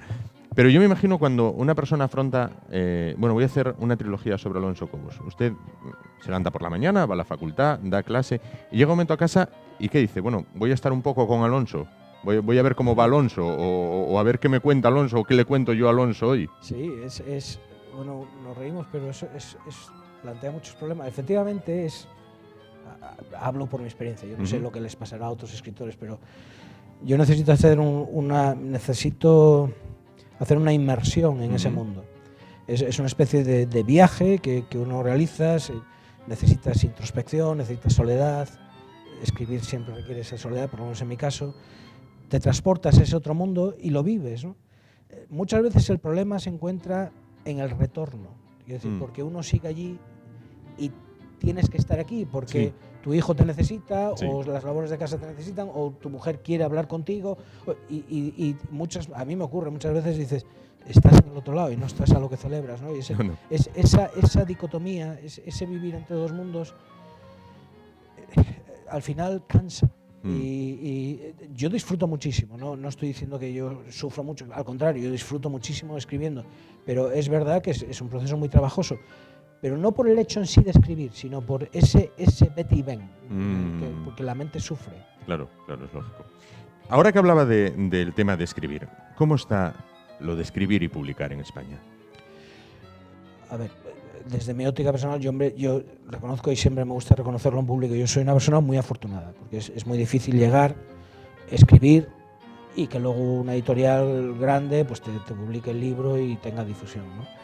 Pero está muy difícil, francamente. O sea, los agentes literarios, por ejemplo, a mí me lo comenta mi agente literario en Madrid, están absolutamente desbordados. Quiero decir, pues a lo mejor reciben una media de 2.000 manuscritos al año, de los cuales a lo mejor publican finalmente como mucho 10. Eso te da idea en términos numéricos, pero eso sucede, o sea, es lo que está pasando, ¿no? Aún así, hay muchísimos libros publicados. Uno no tiene más que entrar en una librería y queda absolutamente asombrado. Bueno, es una locura ver la cantidad de títulos que salen y la cantidad de títulos que se publican cada día. Es una cosa tremenda, ¿no? Yo creo que uno de los problemas es ese, que yo creo que los lectores se sienten desbordados frente a la oferta. Sí. Yo comprendo que es una manera que las editoriales tienen de afrontar económicamente el día a día, ¿no? Es decir, vamos a imponer novedad. Pero yo creo que eso genera un efecto colateral negativo, y es el hecho de que el lector se siente perdido. Uno se acerca a una librería con el ánimo de comprar porque quiere leer y comprar un libro, y muchas veces es tanta la oferta que al final dices que no sé lo que comprar. Claro. Y eso yo creo que genera un efecto negativo ahí, ¿no? Uno de los grandes problemas. Y el mundo editorial y el mundo de las librerías se está pasando por un momento, yo creo que muy malo, porque se lee poco. A ver, quien lee mucho, pero en general se lee poco. Hay un 50% de la población, y eso está estadísticamente demostrado, que nunca ha leído un libro.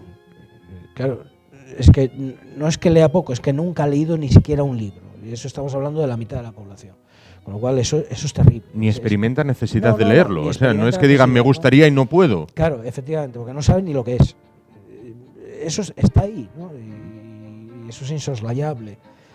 Ahora, claro, aquí habría que hacer un análisis de qué es lo que está favoreciendo eso, o preguntarse si es que eso siempre ha sido así.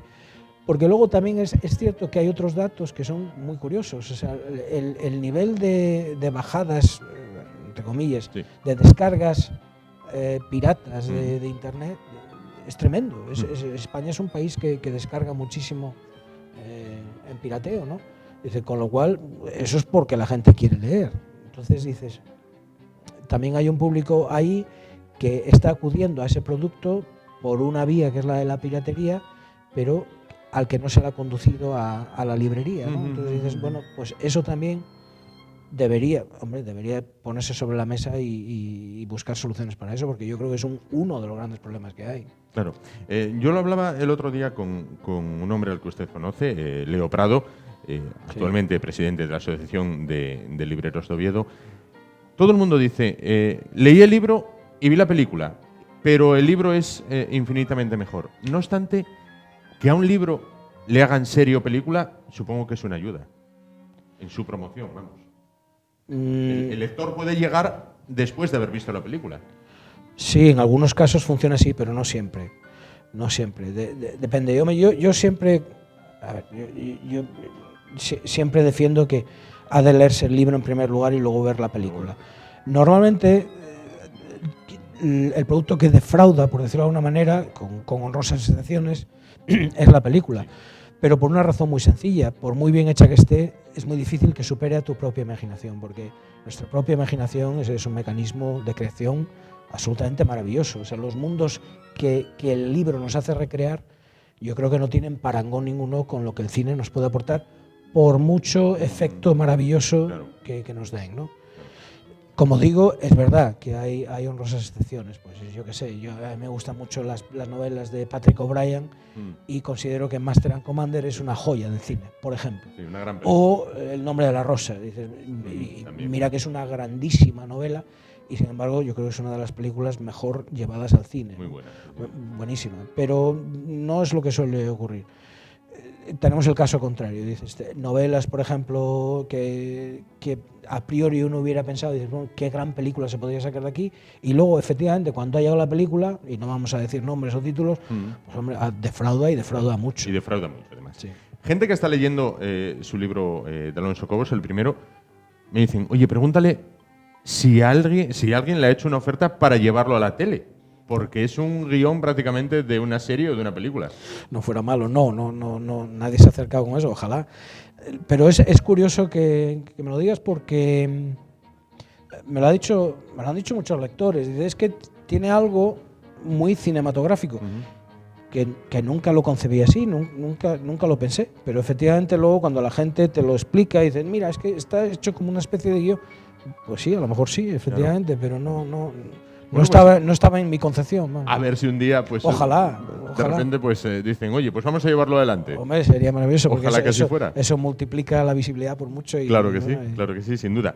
Vamos a volver al principio. Para finalizar, recomiéndenos por qué tenemos o podemos leer 7 maneras de morir. Hombre, yo creo que es un...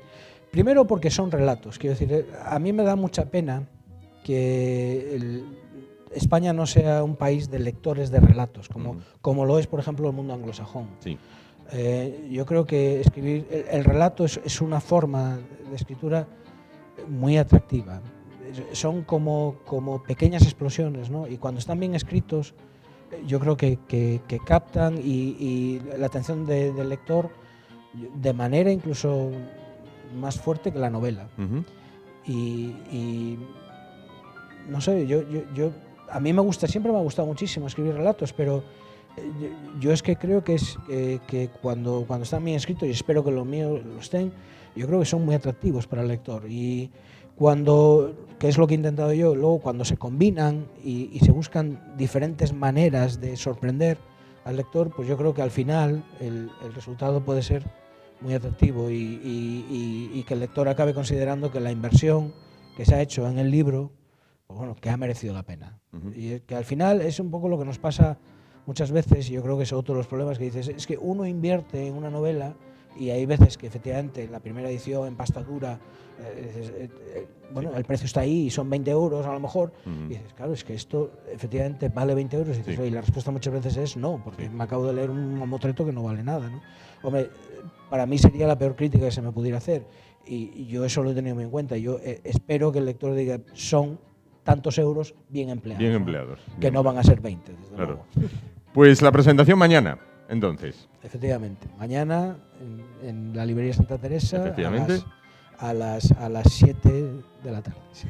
Pues muy bien, muchísimas gracias por estar con nosotros esta noche, y por acercarnos lo que es, esta última, por el momento, creación, y por contarnos en qué momento está Alonso Cobos en esa tercera parte que cerraría, lógicamente, como decíamos, la trilogía sobre este espía a las órdenes de Felipe II.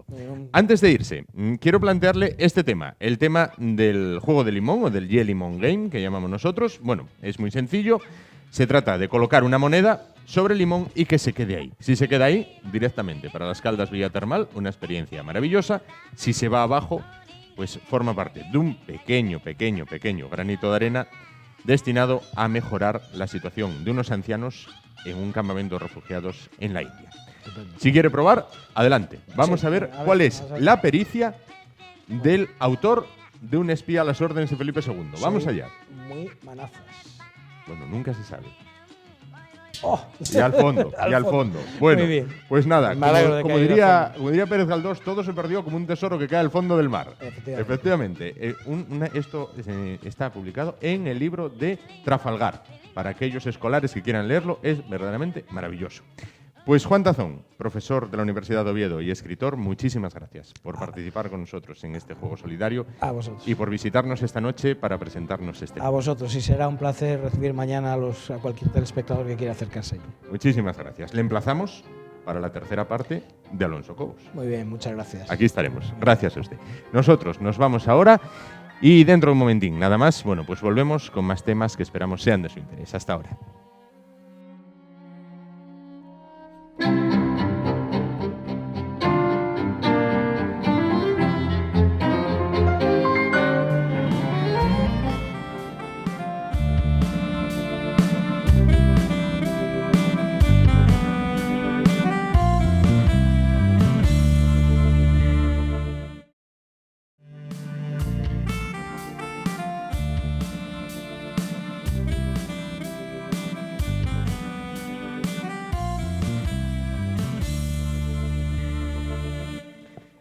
Bueno, pues continuamos y afrontamos ya lo que es la recta final del espacio de hoy. Es tiempo para hablar de la naturaleza, es tiempo para hablar con Luis Laria.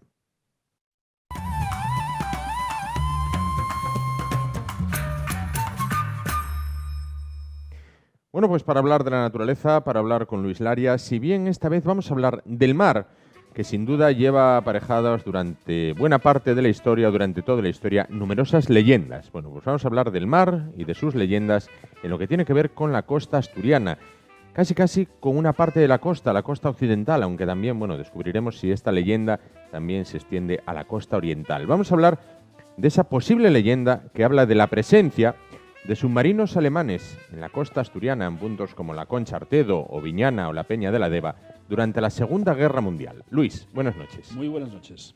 Leyenda, realidad, ¿repostaban los submarinos alemanes en la Concha Artedo alguna vez con la connivencia del gobierno de entonces que miraba para otro lado? Pues mira, submarinos alemanes en la costa asturiana los hubo. Lo que ocurre es que de forma muy esporádica. Efectivamente, corrían allí los últimos años, la parte última de los años 40, 47, sobre todo 46, y hubo incidencias, algunas incidencias, pero que no, ninguna de ellas son reseñables en cuanto a lo que son submarinos alemanes, que sobre todo se hablaba mucho de que incluso se hubieran ido, digamos que al fondo, pues algunos de la serie U-2, que eran los más habituales en esta confrontación. Se habló de que efectivamente la Concha de Artedo pues habría llegado a varar, sobre todo en la margen, en este caso del oeste, uno de ellos, y que después de unos cuantos días incluso que aparecieron 2 cadáveres. Son todo leyendas. Submarinos alemanes no. Lo que sí existen en algunas zonas de Asturias son al menos 3 submarinos españoles de la serie B y C, que en la confrontación de la guerra civil sí que de una u otra manera tuvieron problemas serios y se fueron al fondo. Y de hecho, hay otros 2 que están, pero estamos hablando de 20 y tantas millas de distancia de la costa. Por lo tanto, en la costa básicamente casi todo se establece en leyendas. Sí es cierto que en la confrontación en la Segunda Guerra Mundial hubo alguna afectación en las zonas costeras, como por ejemplo llegar aviones, pero aviones importantes, por ejemplo a lo que era pues la zona cercana a Tapia de Casariego. Ahí hay 2 zonas, pero sobre todo una donde incluso pues algún avión con problemas serios en motores pues tuvo que aterrizar, y eran espectáculos porque obviamente un avión de esas características y en las zonas que estamos hablando del occidente de Asturias pues no era nada habitual. Pero en lo que se denominan submarinos alemanes en la costa asturiana, al menos por lo que yo tengo entendido y conozco referencias de gente con bastante seriedad y de trabajos en ese aspecto, tenemos que descartarlos. Sí, en Galicia. En Galicia sí, ¿no? Sí, en Galicia y sobre todo en el área de la Costa de la Muerte, ahí parece ser que hay 2 casos, Pero aquí quien realmente sabía de los submarinos, y que incluso de un submarino español estuvo incluso sacando lastre porque llevaban unos lingotes de plomo, pues fue precisamente un gran amigo mío, una persona a la que le tuve una una estima extraordinaria y que es un personaje fantástico de la sociedad asturiana, esta sociedad de estos últimos, desde los años 50 para acá, sin duda alguna, uno de los personajes más importantes que hemos tenido en Asturias, y que él, precisamente sabedor de estas leyendas, sabía ya, digamos que, diferenciarlas, ¿no?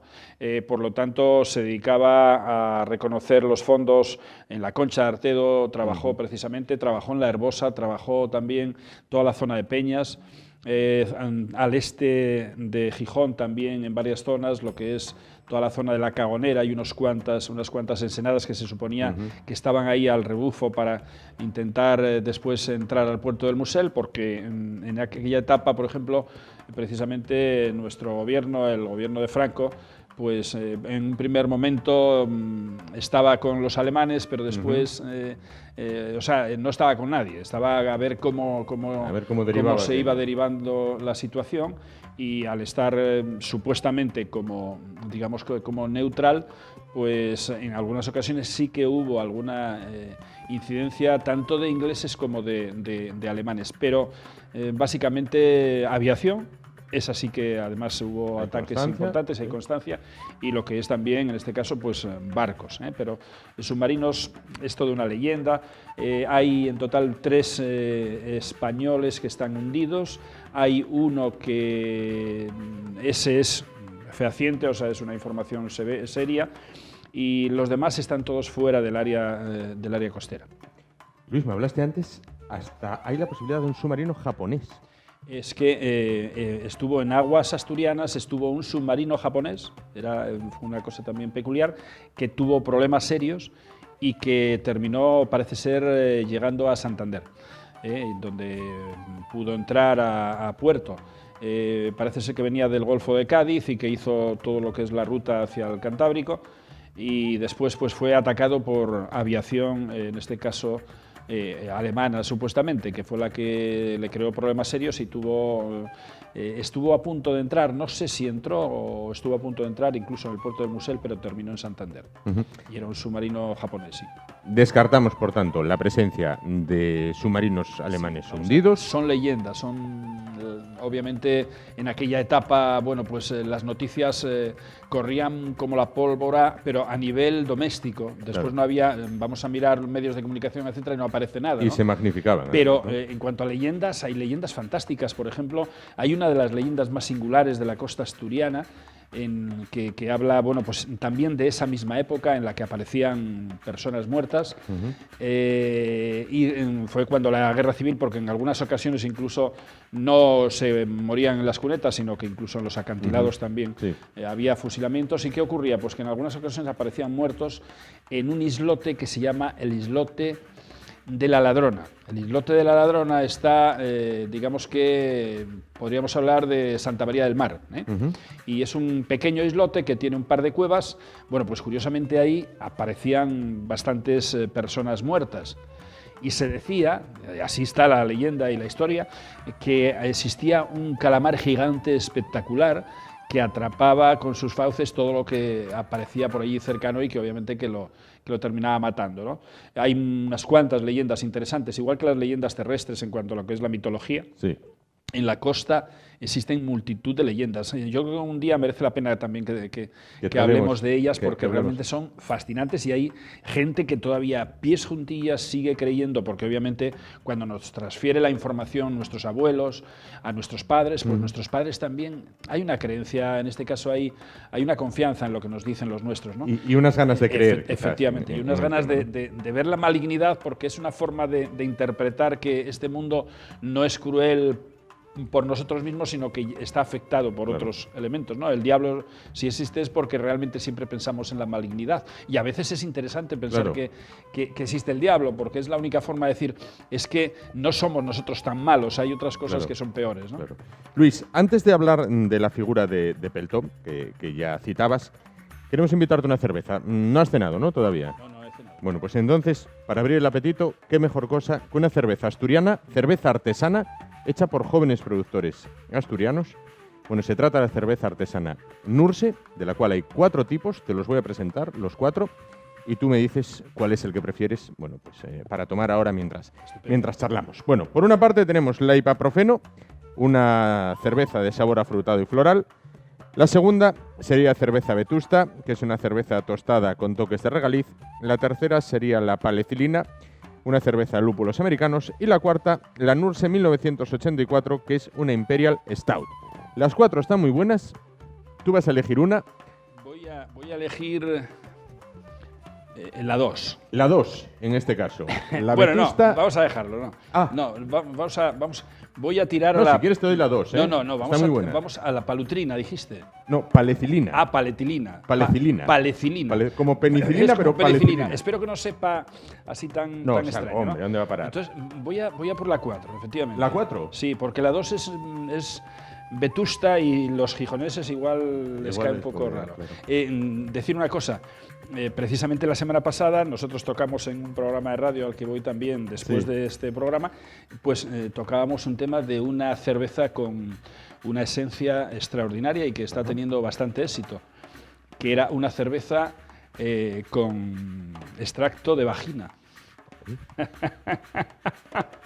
Para que veas que hay cosas realmente espectaculares hoy ya elaborando cervezas. Dios mío. Una cerveza a la que se le añade, pues en este caso, pues algún sucedáneo vaginal. Y no te estoy hablando en broma, te estoy hablando en serio. Esta o sea está que más rica. estas están seguro Esta está más rica. extraordinarias. Esta está más rica. Vamos, sin duda alguna. Bueno, entonces, la 2, me decías. No, la 2 no. La 2 no, porque si hubiese otra de Gijón, entonces cogería una de cada para probar mejor. Pero vamos a quedarnos con la que tiene más reminiscencias americanas, que es la 4. No, la 4 es la Imperial Stout. La de lúpulo americano es la 3, la palecilina. La tercera, efectivamente. Venga. ¿Seguro que no quieres Sí, la 2? sí, vamos a quedarnos con la Entonces, la 3, aquí la tienes, te doy el Estupendo, vaso. Estupendo. Hay que abrirla. No. lo abrimos Hombre, así, aquí, si no, tampoco. Estamos equipados.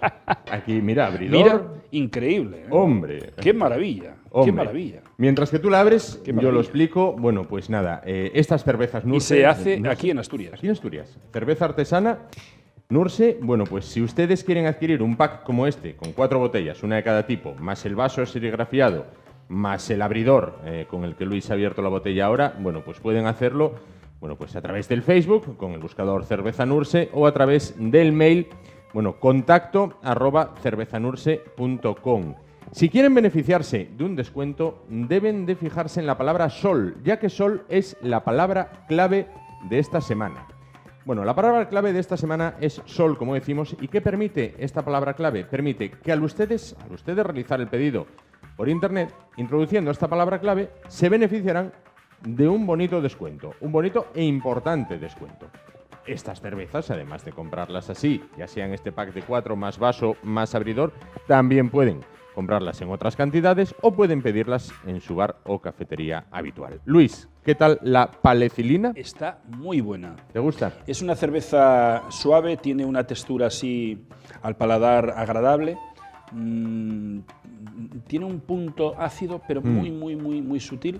Es una cerveza que creo que está muy bien. La ¿Ves? podemos Ya te decía aconsejar. yo que era mucho mejor que la del extracto de vagina, que eso, Sí, como, sí. como dirían los abuelos, eso y todo químico. Eso y todo Es químico. todo químico. En este caso, Sí, sí. artesana. Está Bueno, muy buena, de verdad. Luego cuando vayas, bueno, pues tomando más, te preguntaré. Hablábamos de Peltó. Peltó, me decías, un hombre al que te unía una gran amistad, al cual os profesabais, bueno, pues cariño y admiración, en este caso, y que era, bueno, pues una autoridad en esto del mundo submarino asturiano.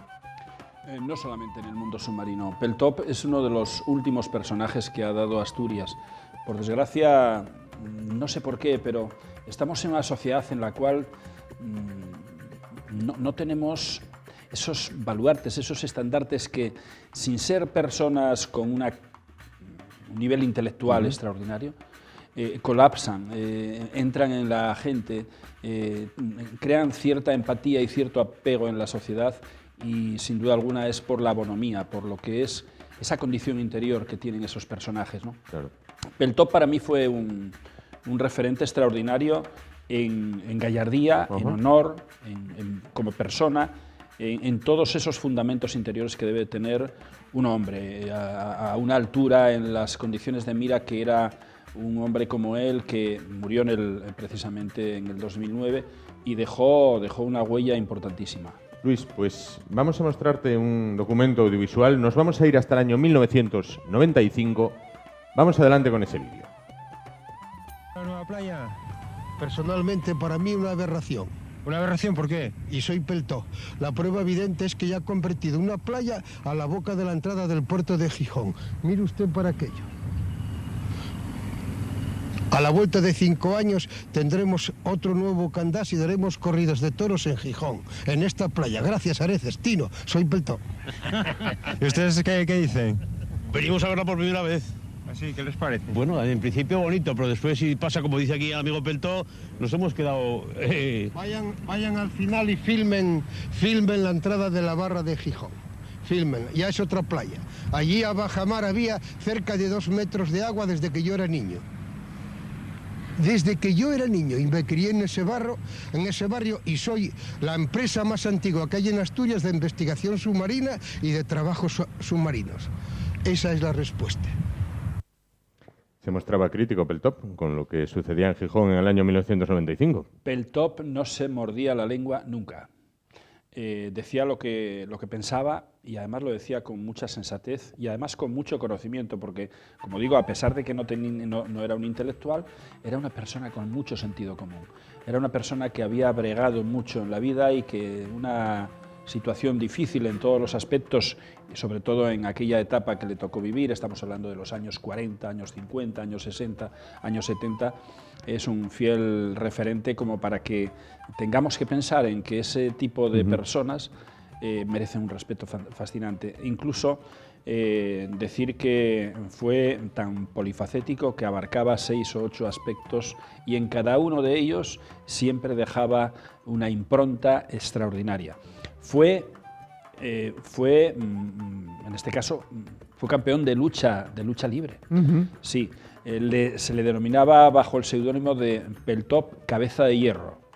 Era un hombre con una fortaleza extraordinaria, un hombre trabado, no era de mucha altura, pero era una persona trabada, fuerte, fuerte en cuanto a la condición física, sí, pero también fuerte en cuanto a la capacidad de esa forma de expresar. Expresaba con vehemencia, sí, expresaba lo que sentía de una forma muy singular. Tenía una confianza ciega en sí mismo, había bregado, como digo, había luchado mucho en su vida, no solamente en la lucha libre, sino en esos conceptos. Tenemos que darnos cuenta de que comenzar a bucear en aquella etapa era una temerosidad absoluta, sí, una temerosidad, porque estamos hablando de que hoy el buceo pues solamente es de riesgo si nosotros arriesgamos en no tener en cuenta pues lo que es la descompresión, las profundidades, etcétera.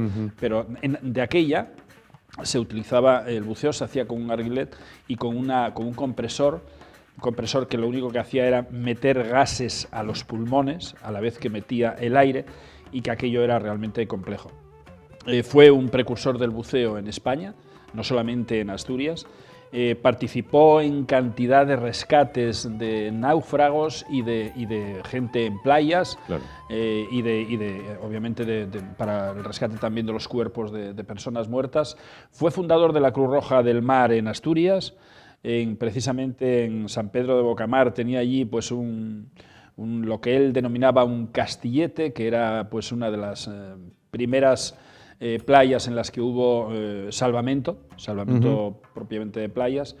Era un filósofo, en realidad era un filósofo, y digamos que era una persona con una sensibilidad que terminó siendo, digamos que proclamando, precisamente a través de la escritura, pues versos y poemas fascinantes. Era un enamorado de Miguel Hernández, por ejemplo. Fue escritor, porque podríamos decirlo así, ha dejado escrito mucho, y realmente para mí podría decir que un padre, ¿no? Un padre en cuanto a que me tenía mucho aprecio, muchísimo aprecio. Formaban un grupo de personas, no solamente él, sino también estaba Agustín Santarúa, que fue el precursor y fue el primer responsable del Centro Territorial de Televisión Española aquí en Asturias, en San Esteban de las Cruces, cuando se hizo. Fue periodista de la Nueva España en Avilés, Agustín Santarúa, hermano del escultor Santarúa, crearon entre ellos pues, el Museo de las Anclas, participaban activamente en otras actividades como por ejemplo la Cofradía de la Buena Mesa del Mar, la Fundación Philippe Cousteau, cantidad a la Alborada, por ejemplo, que era también algo que hacían habitualmente, y dejó un precedente muy importante en cuanto a lo que es precisamente entender el mar, que él estaba enamorado del mar. Estaba casado, felizmente casado, con hijos y estaba encantado con la familia, pero si le faltaba el mar, le faltaba todo. Él bien decía, y desde siempre, que él vivía, pero no le importaba saber que moría en la mar, ¿no?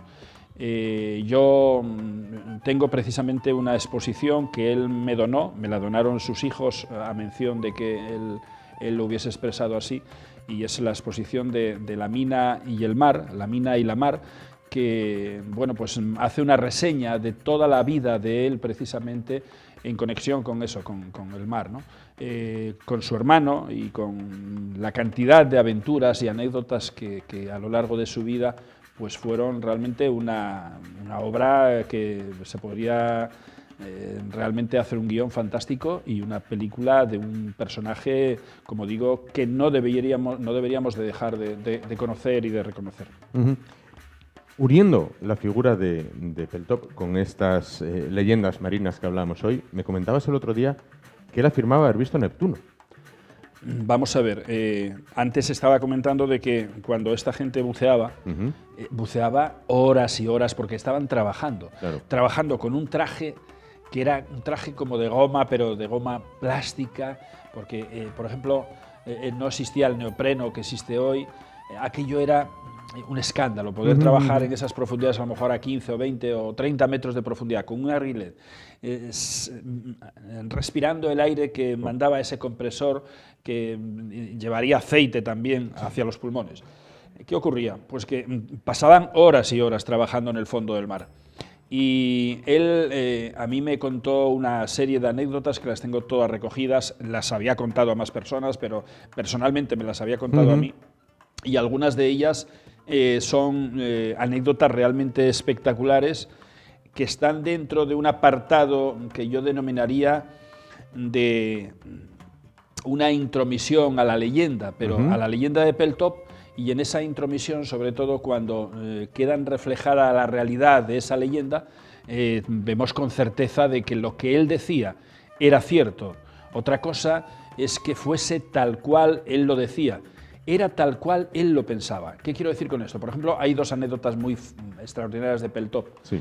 Una de ellas es que, estando en las Amosucas, también le pasó en otra ocasión en Galicia, pero estando en las Amosucas, en unos bajos que hay a la entrada de la ensenada de la Bahía de San Lorenzo y que afectaba al tráfico marítimo porque eran bajos donde podía llegar a pegar, a tener fondo una embarcación, pues la quilla de un barco efectivamente, podía estuvieron tocar fondo, ¿no? Volando, haciendo voladuras en el fondo, efectivamente. ¿No?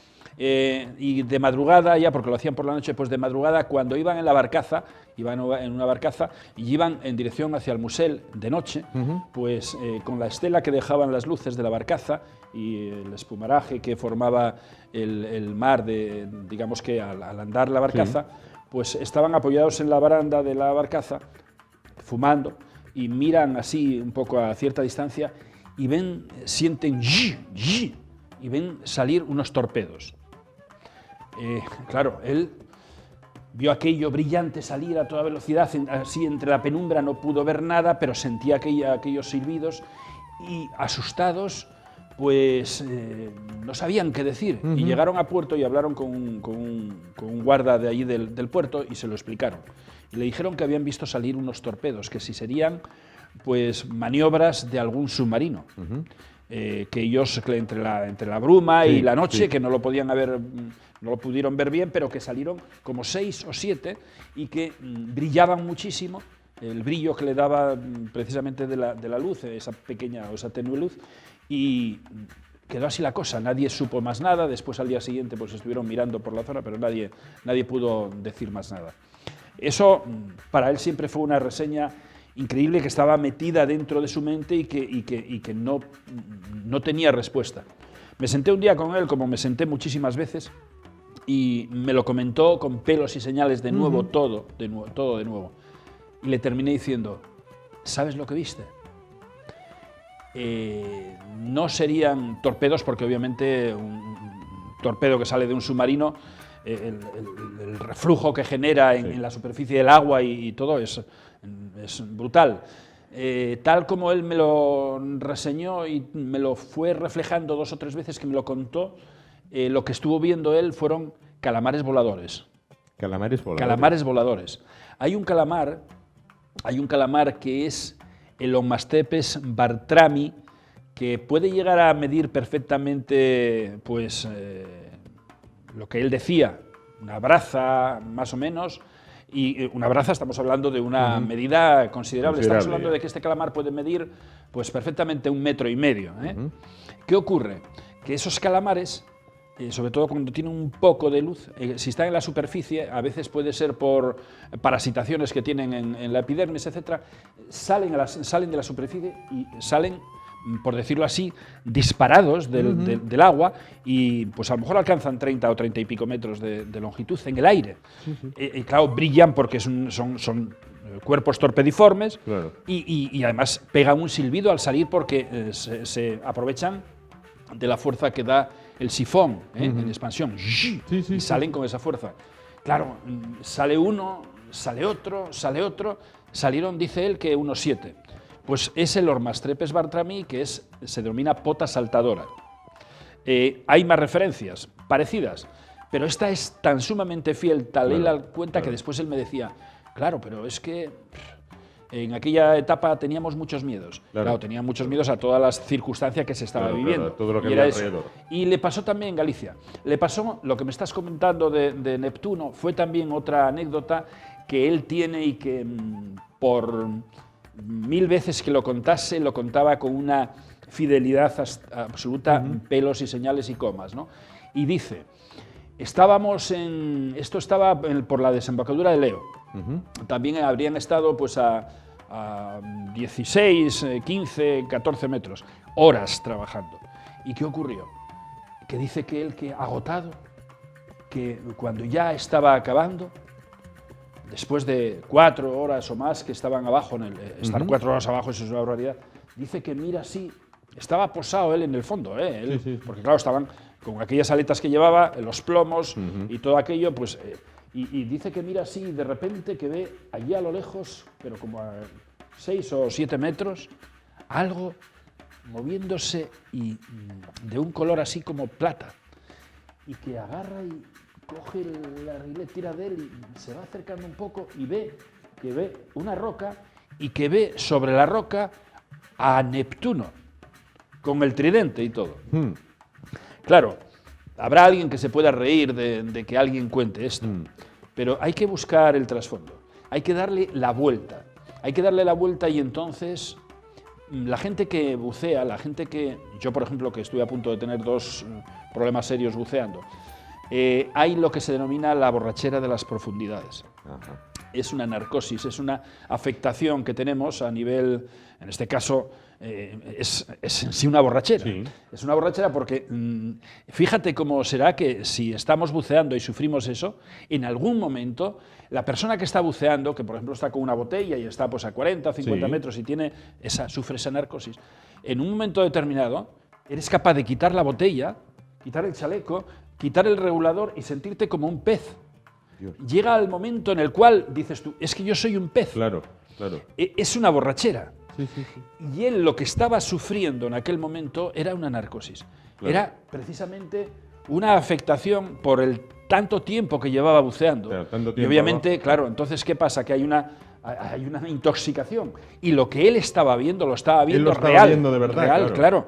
Y claro, lo cuenta a cualquier persona que no sepa lo que es el buceo y le tomará por loco. Claro. Pero no, de ninguna manera. Él era una persona fiel a los pensamientos y los expresaba con sinceridad. Y eso es algo extraordinario. Él vio a Neptuno en esa sensación de borrachera que estaba, precisamente por la intoxicación que estaba produciéndole, el estar tanto tiempo abajo, vio a Neptuno allí. Voy a ponerte un ejemplo. En algunas ocasiones, en zonas de alta montaña, cuando en un glaciar o en un deshielo, aparecen a veces cuerpos de alpinistas. Sí. Algunos aparecen desnudos o semidesnudos. Y diríamos, bueno, ¿cómo es posible que esa persona aparezca desnuda cuando estamos hablando de que está a 10 grados bajo cero? Mínimo, sí. Bueno, pues ¿por qué apareció desnuda? Porque al sufrir una hipotermia, hay también una fase muy crítica, pero después hay una fase de pérdida de oxígeno a nivel cerebral, a nivel neurológico, y afecta a que llega a crearse alguna euforia. Tal es esa intoxicación que pues, se puede quitar la ropa. Claro, y por eso extrañaba mucho. ¿Por qué una persona aparece desnuda o semidesnuda, claro, enterrada entre el hielo? Cuando estamos en situaciones críticas, nuestro organismo funciona de una forma completamente contraria a la que nosotros entendemos por razón, ¿no? Claro. Eso fue precisamente esta última, en el 2009, él murió el 23 de noviembre, y esto fue antes de que se le declarase pues, una afección que tenía. Y me parece que fue en agosto, no, fue en julio, a últimos de julio, a él le habían nombrado vaqueiro de honor en el Festival de la Vaqueirada. Yo lo había sido ya pues, unos 4 o 5 años antes, y precisamente bajando del Festival de la Vaqueirada se quedó conmigo y me dijo, oye, estuve viendo un documental del hombre pez de Liérganes, sí, en el cual, bueno, pues yo en Telemadrid y también en Cuarto Milenio, pues expliqué quién era el hombre pez de Liérganes, que después a mí en Liérganes me echaron la bronca por estar diciendo lo que estaba diciendo el hombre pez de Liérganes. Luis, no me adelantes entonces, esto, que lo quería para la semana que viene. Le estaba contando entonces a Peltó esto y me dice, oye, ¿sabes qué? Te voy a decir una cosa. Tenía una gorra calada de estas de tipo capitán, quitó la gorra y dice, cuando estaba escuchándote decir lo del hombre pez de Liérganes, dije, pues tiene razón Laria con Neptuno. Y siempre me acordaré de esa forma, igual que ahí sacó el brazo y dijo, esto, con ese poder que era presente en él, ¿no? Personaje extraordinario del cual podemos hablar en algunas otras ocasiones, algunas anécdotas. El hombre pez de Liérganes para él fue una fascinación, y la podemos hablar pues la próxima semana. La semana que viene hay que hablar del hombre pez de Liérganes y distintas leyendas de la costa asturiana, ¿te parece? Estupendo. Pues aquí lo anoto. Liérganes. Un poco más de cerveza, sí, no, por supuesto. Mientras yo anoto Liérganes y leyendas de la costa asturiana. Pues Luis, ¿qué tal la cerveza? Está muy buena. Muy buena. ¿Recomendable entonces? Recomendabilísima. Pues ahí lo tienes. Yo creo que mejor que la que yo anoté, y lo estás tomando a broma, pero ahora cuando termines métete en Google y pon cerveza con extracto de vagina. Bien, bien.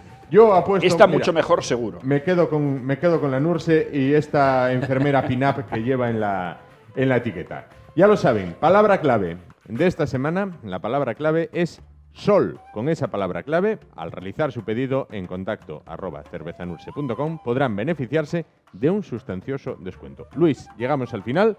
Nos vemos la semana que viene. Hay que hablar del Liérganes y la leyenda del hombre pez, así como distintas leyendas de la costa asturiana. Estupendo. Muchísimas gracias. Y gracias también a ustedes por estar con nosotros un día más. Mañana volvemos para poner el cierre a la semana. Será hasta entonces, a partir de las 9:30 de la noche. Gracias por su atención. Muy buenas noches. Les dejamos con el tiempo para las próximas horas.